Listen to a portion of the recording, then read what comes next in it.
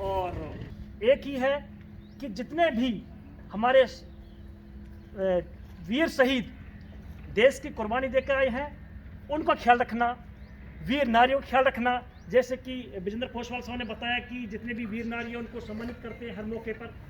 ये हमारे लिए सिर्फ अपने लिए नहीं, पूरे समाज के लिए, पूरे भूतपूर्व सैनिक कहीं पर भी दिखाई देता है भी उस गांव में भूतपूर्व सैनिक को बुजुर्ग है, उसको मदद की जरूरत है, तो हम आगे बढ़ करके उसकी मदद करें, जिससे कि हमको ये लगे कि हमारे अंदर एकता भी कायम है। देखिए साहब ने एक बात बोली थी कि राजनीति क्या है? राजनीति सिर्फ देश को चलाने के लिए, समाज को चलाने के लिए एक सिस्टम बना हुआ है। हम प्योर होकर के राजनीति करने वाले हैं। हम में से क्या योग्य नहीं है? योग्य हैं, लेकिन हमारे, जो मैंने पहले बात बोली थी कि हमारे ब्लड के अंदर डिसिप्लिन भरा हुआ है। झूठ, फरेब, झूठे वायदे हम नहीं कर सकते। हम बिल्कुल प्योर है, प्योर ही रहेंगे। और यदि हम किसी भी संस्था के अंदर यदि हमको काम करने का मौका मिले तो शायद हमारी टांग खींचने वाले बहुत मिल जाएंगे, लेकिन एकता को आगे बढ़ाने के लिए बहुत ही कम मिलेंगे। हम वही एकता को आगे बढ़ाने के लिए हम इकट्ठे हुए हैं और अपने बच्चों को भी, अपने समाज को भी, अपने साथ वालों को भी यही मोटिवेट करेंगे कि भाई सबसे पहले देश है, समाज है और हमारा भूतपूर्व सैनिकों का भाईचारा एकता के साथ है। मुझे बहुत खुशी हुई साहब, हमने ये शुरुआत कर दी है और शुरुआत करने के साथ साथ हमको प्रशासन में जहां भी हम जाएंगे अपनी बात को मनवा के रहेंगे, क्योंकि हम अपनी बात पर सच्चे हैं और प्रशासन भी हमारी मदद करेगा और कर रहा है। ऐसी बात नहीं है, प्रशासन हमारी मदद कर रहा है, चाहे वो कोई भी डिपार्टमेंट हो। अब मैं छोटा सा एग्जांपल देता हूं साहब, फाइटर ग्रुप बना रखा है विजेंद्र पोषवाल साहब ने। वो एक ग्रुप में हर चीज़ डाल देते हैं वेलफेयर की, चाहे वो ECHS की हो, कैंटीन की हो, कोई PCDA की हो, हमसे संबंधित जो भी कार्रवाई है वो सब डालते हैं, हम सबको शेयर करते हैं। और एक छोटा सा एग्जांपल देता हूं, हमारे सतवीर साहब है, सिक्योरिटी ऑफिसर है फिलहाल JCB कंपनी के अंदर। हम 4 सिक्योरिटी ऑफिसर हैं। हम एक दूसरे की जो जॉब के लिए हमारे भाई आए हैं, जो कि कम उम्र में आ जाते हैं इंस्योज, उनको कहीं पर भी भटकने की जरूरत नहीं है। DGR हमारे सेंट्रल गवर्नमेंट ने हमारे फौजियों सब लोगों के लिए बना रखी है। हम चाहते हैं DGR में ज़्यादा से ज़्यादा जा करके और उसको सेवा को मौका दें, बशर्ते कि उसमें कहीं पर भी थोड़ी सी भी आपको कमी लगती है, क्योंकि जैसा कि आप सभी जानते हैं, मैं कहना नहीं चाहता हूँ, उसको ओपन करेंगे। क्योंकि ये DGR की सर्विस सिर्फ किसके लिए होती है? अपने रिटायरमेंट NCO JCO के लिए होती है, ना कि सिविलियंस के लिए। क्योंकि हमने पूरी उम्र, हमने पूरी जिंदगी देश की सेवा के लिए निकाली है। यदि हम देश की सेवा करके अपने सिविल के अंदर आए हैं तो हमारा एक ही मकसद है कि हम अपने आप को फिट रखें और डिसिप्लिन रखते हुए अपने पूरे साथ को लेकर चलें। धन्यवाद। सब लोगों से सबसे निवेदन है कि 125वीं जो नेताजी सुभाष चंद्र बोस की जयंती है, इसके उपलक्ष्य में हम इकट्ठे हुए हैं, उसका भी सेलिब्रेशन इंटरप्रेट करने के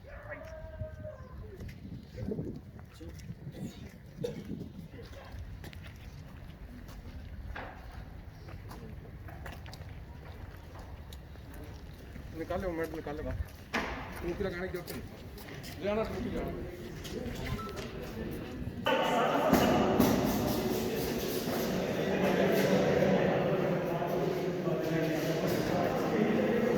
फौज का मन उसने हमने ज़्यादा खाया है। हम उनके बच्चे हैं, चाहे हम लोग पहले से सूबेदार मेजर है, उन्हें कैप्टन जब कुछ भी बन गए हैं, लेकिन हम उनके बच्चे हैं। जिसने उम्र में चाहे ऑलरेडी केस नायक भी हो, वरदार भी हो, तो भी हम उनके बच्चे हैं। हाँ, इसलिए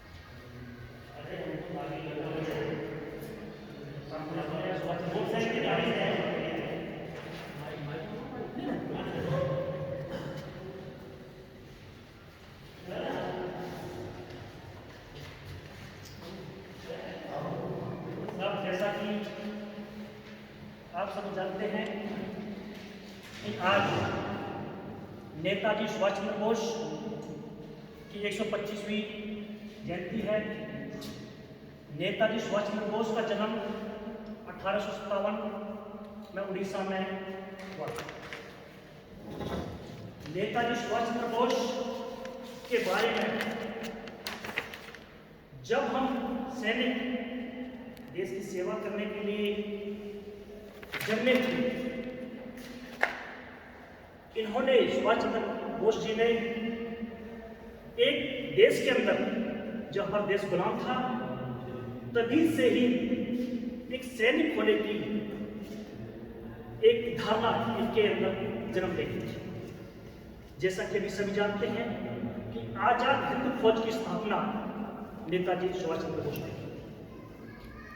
नेताजी सुभाष चंद्र बोस को हमारा देश और विश्व इनको कभी नहीं हो सकता।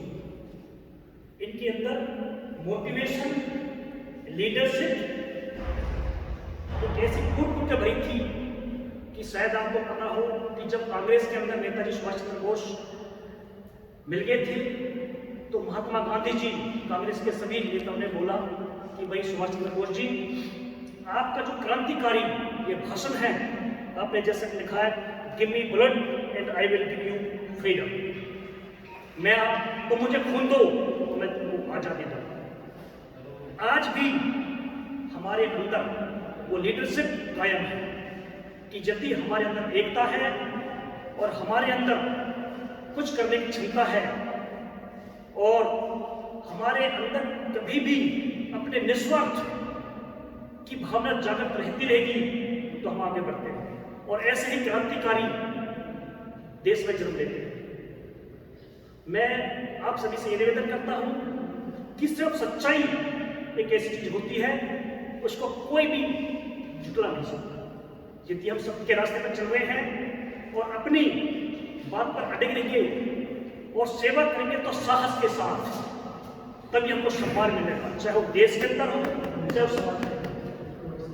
तो आप सभी से मैं ये कहना चाहूंगा कि सब हम ही सब मिलकर के एक मेजॉरिटी बनाए और उस मेजॉरिटी को बना करके और हम सभी की, देश की, राष्ट्र की, समाज की और अपने वीर शहीद जो हमारे बीच में आज नहीं है, उनके परिवार की परवरिश की और हमारी वीर नारियों की हम इसी प्रकार सेवा करते हैं।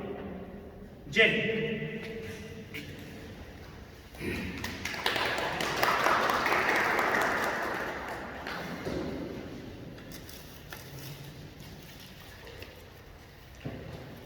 आज हमारे बीच गोपाल साहब भी आ गए, अच्छी बात है।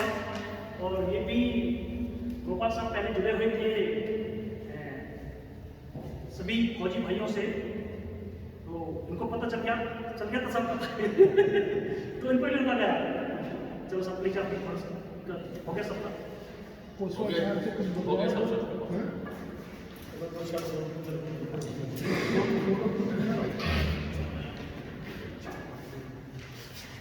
मन कर दे, कर दे, कोई बात नहीं। आप थोड़ा पंडित तरफ नीचे देखो, कोई बात इधर आप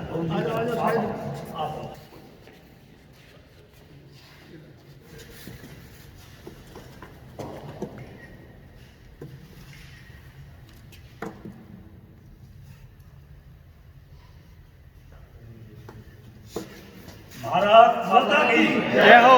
भारत माता की जय हो। वंदे वंदे मातरम। और कुछ आप सुभाष चंद्र बोस के बारे में आप बोल सकते हैं? कर चुके सभी लोग कर चुके।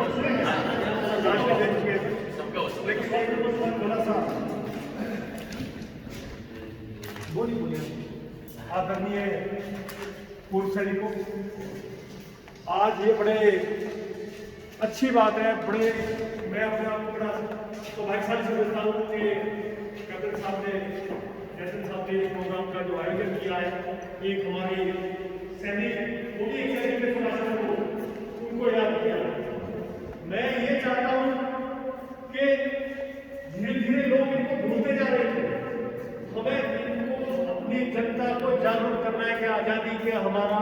इन्हीं जैसे वीर शहीदों ने दिलाया है, तो हमें इनको भुलाना नहीं है। इसी तरह हमारे जो शहीद हैं, जो 47 के बाद के या पुराने हैं, उनको भी हम धीरे धीरे भूलते जा रहे हैं और उनकी यादें धूमिल होती जा रही हैं। हमें अपने समाज को जगाना है कि उनको याद रखें, उनको भूलें नहीं। हर साल जो भी हमारा शहीद है, उस शहीद के घर में कम से कम एक बार एक हवन हो और 10-5 आदमी उधर जाए, शहीद को श्रद्धांजलि दे। ये उनके नाम को हमें याद रखना है हमेशा हमेशा के लिए। तो मैं बड़ा धन्यवाद बोलता हूँ जयचंद साहब का कि इन्होंने एक ऐसी मुहिम स्टार्ट की है फरीदाबाद डिस्ट्रिक्ट में, जिससे हमारे शहीदों को भी आगे याद रखा जाएगा। नहीं तो धीरे धीरे हमारी आगे आने वाली जनरेशन इनकी शहादत को भूल जाएगी। इनके नाम पे जैसे हमने पलवल में भी ये मुहिम चला रखी है। पलवल में हमने शहीदों के नाम को याद रखने के लिए जिन गांव का शहीद है, उस गांव के स्कूल का नाम को बदली कराया है। उसके लिए अप्लाई किया और एडमिनिस्ट्रेशन से मिलके लगभग हमारे पलवल के जितने भी शहीद हैं, सभी के नाम पे कोई ना कोई स्कूल है। ऐसा फरीदाबाद में भी ये मुहिम चलाई जाए। अभी दूसरी मुहिम हमारी ये चल रही है कि हर शहीद का एक प्रतिमा हो, कहीं स्कूल में हो, कहीं और किसी और कहीं जो भी हमारे सामाजिक जगह है, किसी चौपाल पे हो, उनके नामों का जरूर, या कोई गांव का रास्ते का नाम ही शहीद के नाम हो। ये एक हमने अभी मुहिम चलाई हुई है और कुछ गांवों में अभी प्रतिमाएं बन रही हैं और बन भी चुकी हैं, जिनका अनावरण अभी पिछले एक बार दीघोट गांव में हुआ था। अभी एक अमरौली गांव में अनावरण किया है। अभी 26 तारीख को एक चाट गांव में एक शहीद का अनावरण होने वाला है प्रतिमा का। तो इस तरह से भी उनको याद करने के लिए हमें ये एक अपना हमारे अंदर, क्योंकि वो हमारे भाई थे, हमारे अंदर में देशभक्ति घुस चुका है।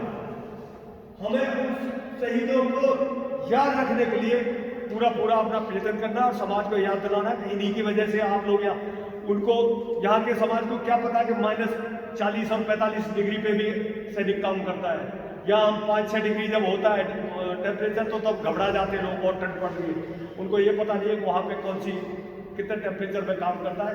वो भी अपनी दिनचर्या भी करता है, दुश्मन के सामने से गोली आती है उसको भी बचाव करता है।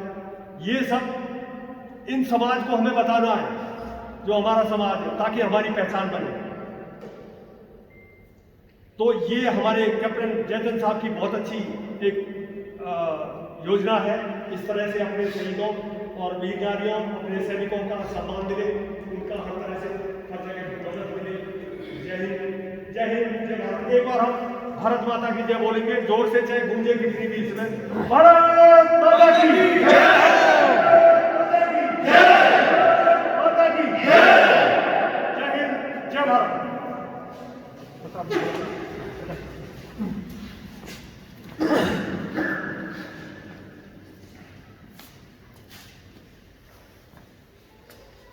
सभी को नमन वंदन, जय हिंद।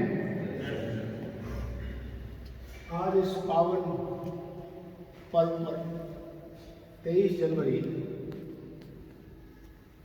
आप सभी पधारे यहाँ पर, और कैप्टन साहब ने इनिशिएटिव लिया तो अच्छा किया, और इसी तरीके से ये प्रोग्राम होते रहे, छोटे छोटे तो एक बड़ा एक दूसरे से मिलने का जुलने का काम करें। मैं थोड़ा सा समय लूँगा। पहले तो हम नेताजी सुभाष चंद्र बोस के बारे में थोड़ा जानकारी हासिल करें। नेताजी सुभाष चंद्र बोस उड़ीसा में पैदा हुए थे 1897 आज के दिन। आज उनकी 146वीं जन्म दिवस है। 125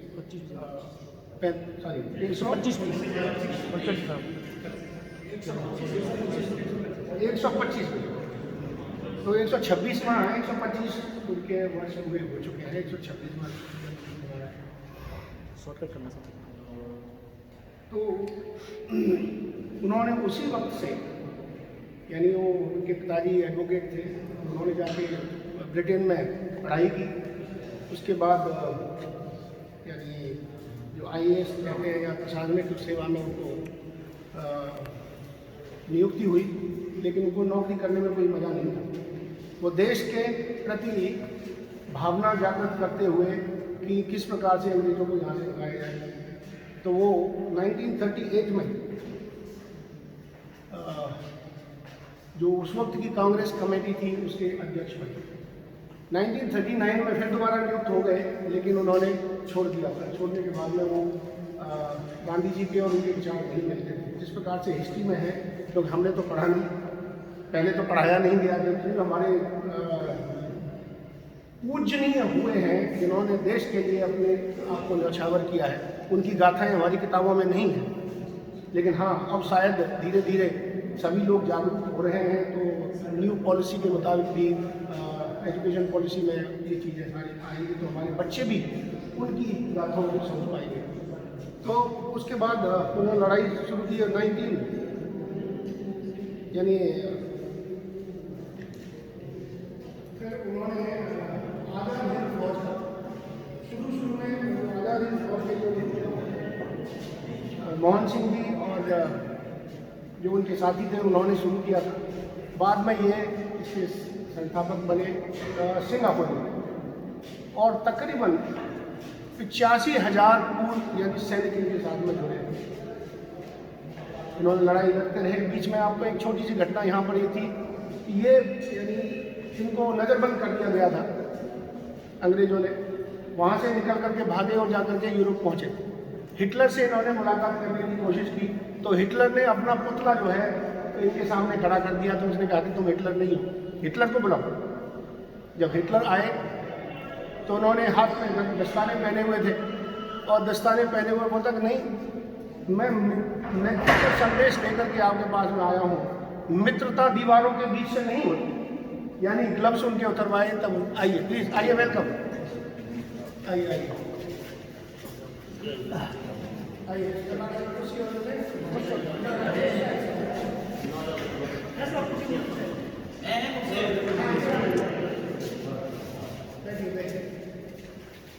तो उसके बाद में है मैं तो थोड़ा सा दूंगा, जरूरी है जो मैं यानी। तो कहने का मतलब यह है, उन्होंने अंडमान निकोबार में 1944 में अपनी जो है सरकार बनाई, और उस सरकार के साथ में उन्होंने बैंक भी सारी चीज़ें सारी कुछ आप तो यानी अभी पढ़ रहे हैं उनके बारे में। और फाइनली यानी बताते हैं कि किसी एयरक्राफ्ट में उनका एयरक्राफ्ट में क्रैश हुआ है, लेकिन क्या हुआ है अभी तक इसके बारे में किसी को पता नहीं है। आज उनका जन्मदिन है, हम सभी उनको श्रद्धांजलि अर्पित करते हैं, उनको नमन वंदन करते हैं। उन्होंने कहा तुम खून दो मैं आज़ादी दूँगा, वो नारा लेकर के चले गए, और उसके बाद में यानी देश आज़ाद हुआ। कहते हैं कि बिना खड़क बिना ढाल, यस वो भी था, लेकिन उसके साथ में जिन्होंने शहादत दी है, जिससे हमारा देश आज़ाद, जिसमें तमाम लोग हैं। अभी हम बात करते हैं थोड़ा सा पूर्व सैनिक के बारे में। पूर्व सैनिक हमारे, आप देखिए, जवान और किसान। किसान का बेटा ही जवान बनता है। जहाँ जितने बैठे हैं, मुझे पूरी 99.9% मतलब हो सकता है 100% जो किसान के बेटे हैं, और जवान बनने के बाद में देश की रक्षा करने के बाद में आज वो पूर्व सैनिक होने के बावजूद भी किसान का रूप में या किसी न किसी दूसरे रूप में काम कर रहे हैं। लेकिन जितनी बार भी आज तक मैं सरकारों की बुराई नहीं करूँगा, ना बड़ाई करूँगा, लेकिन हाँ इतना जरूर है, जितनी भी सरकारें अब तक आई देश में, पूर्व सैनिकों और वीर नारी जिन्होंने शहीद किया देश के लिए, अपने खून बहा, उनके लिए वो नहीं किया था करना चाहिए। चाहे वो किसी भी रूप में। पिछले बार किसी ने कहा था कि जब शहीद होकर के आता है उस दिन तो हुजूम होता है, होते हैं, सभी लोग होते हैं, लेकिन उसके बाद में जो वीर नारी है उसके परिवार के लिए उस वक्त तो बोल जाएंगे हम 1 करोड़ देंगे, फलाना देंगे, धमका देंगे, ये करेंगे, बच्चे को पढ़ाएंगे, लेकिन एक्चुअली ग्राउंड पे उसके बाद में उसका देखभाल नहीं होता। उसका देखभाल करते हैं कैप्टन कोतवाल जैसे महारथी। और जो छोटी छोटी संस्थाएं, छोटी मतलब जिले की संस्थाएं छोटी नहीं होती है, जिले की संस्थाएं बहुत बड़ी होती है। इनके साथ में मैं तकरीबन 6-7 साल से जब से आपकी संस्था बनी है, उसी से पहले भी फंक्शन हुआ था उसमें जाट सभा, उसी से मैं जुड़ा हूँ। और उसके अलावा तमाम छोटी छोटी संस्थाओं से, मतलब जो जिले की है या उनकी संस्थाओं से जुड़ा रहा। तो जरूरी है कि इन्होंने, हर इंसान जो है काम करता है, लेकिन कोई जो है थोड़ा हट के करता है।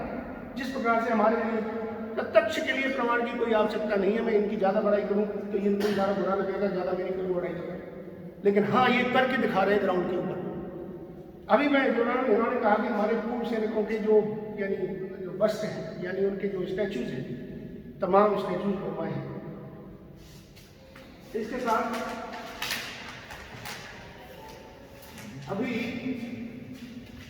पलवल में 13 स्टैचूज हैं जो मेरे पास में लिस्ट है। 13 स्टैचू की प्रतिमा जो है बनने के लिए गई हुई है। हो सकता है अगले कुछ दिनों में, मतलब इस साल में, ये 13 के 13 इनके नाम साहब के पास में है, लिस्ट है। ये 13 की 13 प्रतिमाएं लगेंगी और उसमें सभी से अनुरोध है, यदि मौका मिले, ये जरूरी नहीं है कि एक क्या नाम कोशवाल साहब ही जाए, कोई भी जुड़ सके जाकर के अपनी श्रद्धांजलि अर्पित करें। उसके अलावा जो आपने बातें की कि सैनिक का सम्मान सिर्फ फौज में रहने वक्त ही नहीं होना चाहिए। पूर्व सैनिक होने के बाद में तो उनके अंदर और प्रतिभाएं होती हैं। जितना सीख करके आते हैं उसको गांव में, समाज में मिल करके सबके लिए भले की बात करते हैं। कोई भी पूर्व सैनिक आज तक नहीं देखा गया होगा जिसने किसी भी के खिलाफ कोई गलत काम करने की कोशिश की होगी। यदि किसी ने बहका दिया हो तो कह नहीं सकते, अदरवाइज सभी समाज के लिए समर्पित हैं। और अभी एक बात मैं और आपसे ये कहना चाहूँगा कि जो सैन्य अधिकारी बन रहे हैं, पिछले साल की जो रिपोर्ट है उसमें 447 ऑफिसर पास आउट हुए थे, उसमें से 283 हमारे यानी जवान जेएसयू साहिबान के बच्चे हैं। ये सबसे बड़ी बात है, उनके लिए तालियां बजाएं। बहुत बड़ी बात। अभी मैं 2 मिनट और लूँगा क्योंकि समय कम है, कि संस्था जो है चाहे छोटी हो या बड़ी हो, लेकिन यदि हाँ आप हम सब मिलजुल करके किसी ऐसी संस्था के साथ में जुड़े जो थोड़ा सा और ज़्यादा बोलने में क्षमता रखती हो, उसकी बात को सुनने में सरकार सुने और हमारे जितने वर्गीय मंत्रीगण, पार्षदगण, ये सारी बातें उनकी सुने। तो इसी प्रकार से एक अखिल भारतीय पूर्व सैनिक सेवा परिषद, जिसके बारे में हम भी नहीं जानते थे, फरवरी में हमें पता चला, हमें जो है उसमें जोड़ा। अभी आपको थोड़ा सा विदित होगा कि हमारे हरियाणा में 22 जिले हैं। 21 जिले थे, एक जिला और बन गया है। तो ये 22 जिले हैं। पलवल की समस्याएं बहुत है। जब से लड़ाई लड़ रहे हैं कि भाई हमारे ECHS का, आपका कैंटीन का और जिला सैनिक बोर्ड का, इसका जो है अभी सैन्य सदन, ये लड़ाई अपनी तरफ से लड़ते रहे और बाकी लोग को अपने अपने हिसाब से कहीं न कहीं तो बातें रखते रहे हैं। इनके यानी माध्यम से जो आवाज़ें यहाँ से उठी, चारों तरफ से, हरियाणा से उठी और तमाम लोगों ने कहा, 7 सैन्य सदन की सरकार ने तक सैंक्शन दे दिया है और जल्दी से जल्दी जो पुलिस थाना है, महिला पुलिस थाना पलवल के अंदर, वहाँ पर शुरू होने वाला है, जिसका सबसे बड़ा क्रेडिट जाता है तो कैप्टन कोशवाल को जाता है। उनकी टीम, पलवल की टीम ने मुहिम छेड़ी, साथ में हम भी रहे हैं, लेकिन हम थोड़ा परोक्ष में रह करके अपने बाड़ी में हम बड़ा नहीं करना चाहते, लेकिन जो किया है जिसने उसके नाम आना चाहिए और वो जल्दी से 7 जिले इस प्रकार से। अभी आपको मैं यदि बताना चाहूँगा कि मुझे अखिल भारतीय पूर्व सैनिक सेवा परिषद हरियाणा का अध्यक्ष नियुक्त किया है। 11 जनवरी, 1 दिसंबर को, उससे पहले पूर्व सैनिक कल्याण मंत्री हुआ करता या जिला सैनिक बोर्ड हुआ करता, अभी वो बन गया है। उसके कारण और सैनिक भी जोड़े जा चुके हैं।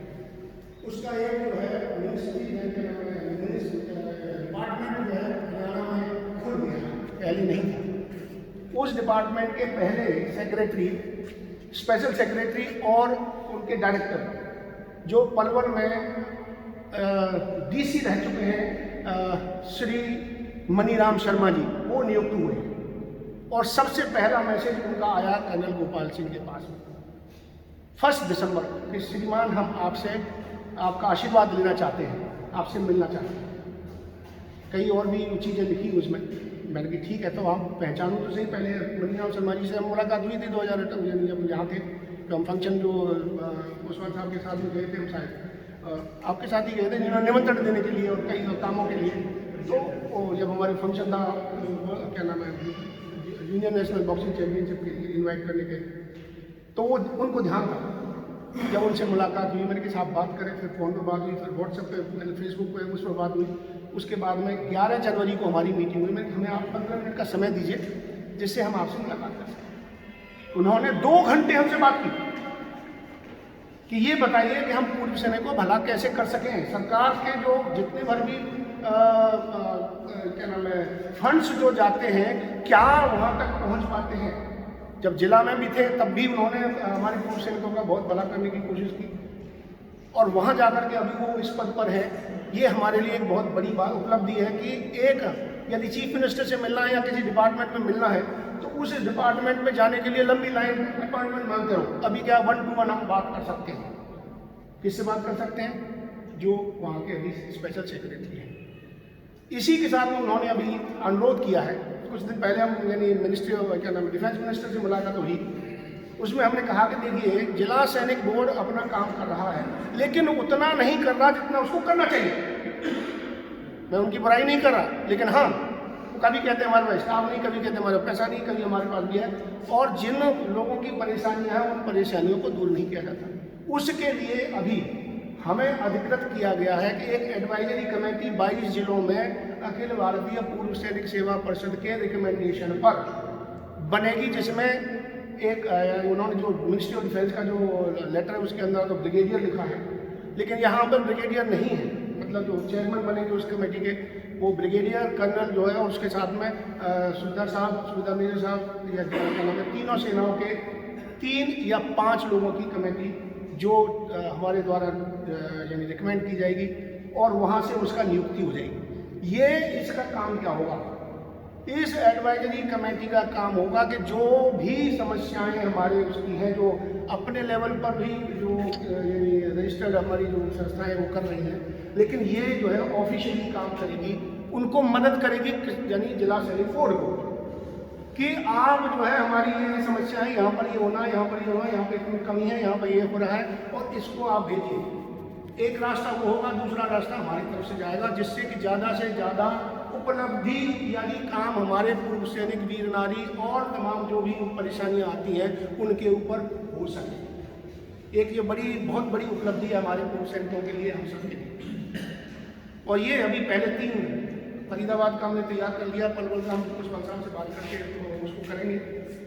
उसके अलावा गुड़गांव का यानी हमारे 5 लोगों की कमेटी तैयार हो गई है। 22 जिलों में हमने रिकमेंड करना है, मिलजुल करके पूछ कर लाइक मायने। देखिए हमारे बीच में भी बुरा मत मानिएगा, हमारे बीच में भी पूर्व सैनिक हैं, किसी की विचारधारा थोड़ी कुछ और है, किसी की कुछ और है, लेकिन पूर्व सैनिक के लिए, वीर नारी के लिए, सैनिक के लिए सबकी विचारधारा एक है या नहीं? सबकी विचारधारा एक है। आप चाहे वोट डालते हो और क्या नाम है राजनीतिक, ये राजनीतिक नहीं है ना, तो कोई भी संस्था, मतलब ये संस्था राजनीतिक, लेकिन बगैर राजनीति से भी काम नहीं होता। आपने अपना काम कर यानी हम करते हैं राजनीतिक तरीके से, लेकिन काम यदि हमारे पार्षद महोदय हैं, यदि इनके पास जाकर के रोएंगे नहीं तो ये बोलेंगे नहीं, काम नहीं करेंगे, ठीक है। अब इनके इलाके में देखिए इन्होंने दिन रात लग करके, तो मैं अच्छी तरह से इनको जानता हूँ, इनके इलेक्शन में भी मैं इनके साथ में खड़ा था, हर जगह जहाँ जहाँ भी गए वहाँ भी गए, और इन्होंने जब से लेकर के जब तक भाई बोलोगे नहीं तो पता नहीं चलेगा, पता नहीं चलेगा तो काम नहीं हुआ। जानते हुए भी इनको पता है कि यहाँ पर कोई प्रॉब्लम है, लेकिन हाँ 4 आदमी पहुँच गए, हाँ अब कल हो जाएगा, क्योंकि इनको भी तो वोट चाहिए, हम भी वोट देते। कहने का मेरा तात्पर्य यही है कि हम सभी मिलजुल करके आगे बढ़ें और बड़ी संस्था के साथ में भी जुड़ें। समस्याएं आती हैं, देखिए वो लड़का था पलवल का, जिसको सेना में उसके साथ में थोड़ा दुर्व्यवहार हुआ, सभी ने जो ग्रुप में मीडिया में डाल करके उसकी बात सुनवाई हुई, क्या हो रहा है आगे वो तो सरकारी था। लेकिन कहने का मतलब ये है कि जहाँ पर भी हमारी समस्याएं आती हैं, टोल ब्रिज के ऊपर ले लीजिए, कहीं भी, मतलब एक नहीं तमाम चीज़ें, लेकिन इसके साथ में आपसे एक और अनुरोध है कि आपको कहीं भी स्कूल में, कॉलेज में, यूनिवर्सिटी में कहीं भी इनवाइट किया जाता है फंक्शनों पर, कृपा करके मना मत करिए। आपको 2 मिनट बोलने का मौका मिल, आप यदि बच्चे के सामने खड़े होंगे तो आपकी पर्सनैलिटी को देखते ही उसके अंदर जज्बा आएगा देशभक्ति का, राष्ट्रभक्ति का, राष्ट्र प्रेम का। उस जज्बे को हमने बच्चों तक पहुंचाना है जो पहले नहीं होता था। आप जरूर जाइए, हर फंक्शन में जाइए, छोटे छोटे 10-10, 5-5 के फंक्शन छोटे छोटे करिए, उनको डालिए व्हाट्सएप पे, फेसबुक पे डालिए। क्यों?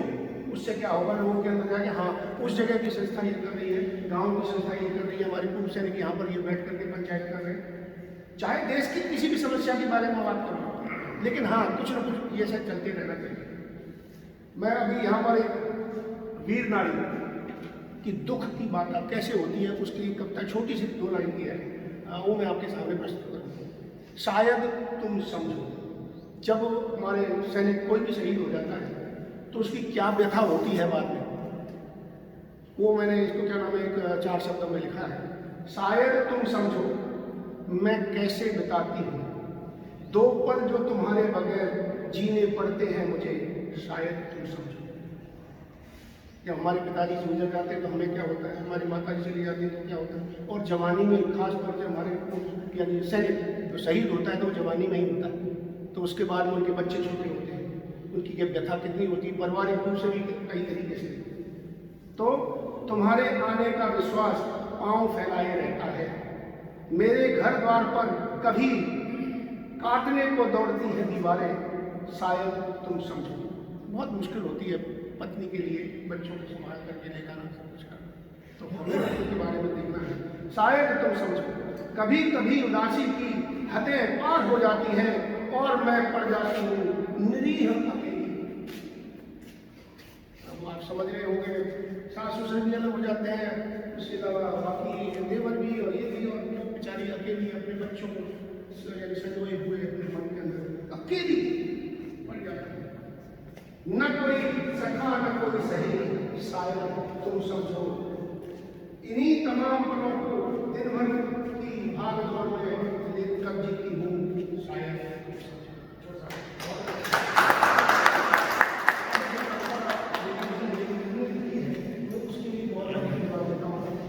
और इन्हीं शब्दों के साथ मैं अपना लेकिन आप सभी ने करबद्ध प्रार्थना है कि कोई भी सरकार काम बनाती है, कानून बनाती है, या जिस प्रकार की शुरुआत CBS का हुआ तो उसको पहले समझने की कोशिश करें। बगैर समझे हम जो है किसी भी बात का लिखना शुरू कर देते हैं, उसके बारे में ज्ञान हमें शायद नहीं होता है, हाँ कुछ होता है तो उसके बारे में हम जो है आपस में विचार विमर्श करके तब उसको आगे बढ़ाएं। ठीक है, इन्हीं शब्दों के साथ मैं आप सभी का आभार करता हूँ, बहुत बहुत शुक्रिया, धन्यवाद।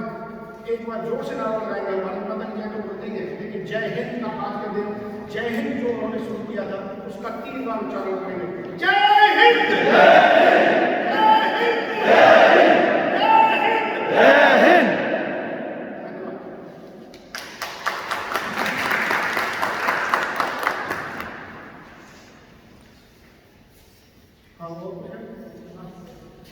अभी सभी साल लोगों से निवेदन है कि जिन साल लोगों ने मुझे इसमें लिस्ट में अपने मोबाइल नंबर कॉन्टैक्ट नंबर लिखने को लिख दीजिए, और मेरा भरोसा है समाज के साथ बल्लभ जिंदाबाद है। ऐसी भी सभी को दिक्कत है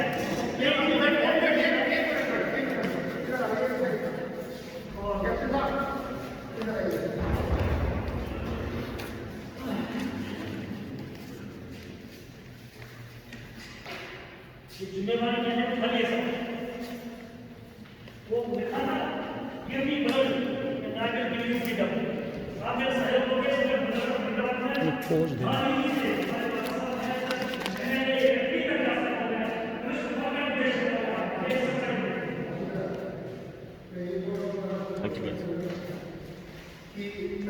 कैप्टन जयकिशन जी को अखिल भारतीय पूर्व सैनिक सेवा परिषद फरीदाबाद जिले का उपाध्यक्ष नियुक्त किया जाता है। सामने से यहाँ आ जाओ साहब, और पोस्टमैन साहब इनको जो है इनका सम्मान करेंगे। पोस्टवाल साहब, और बाकी हाथ लगा दूंगी। आओ इधर आओ।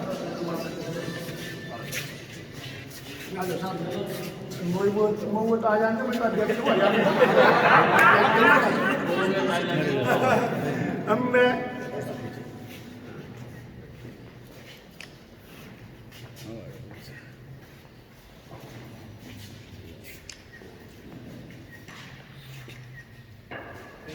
Thank you.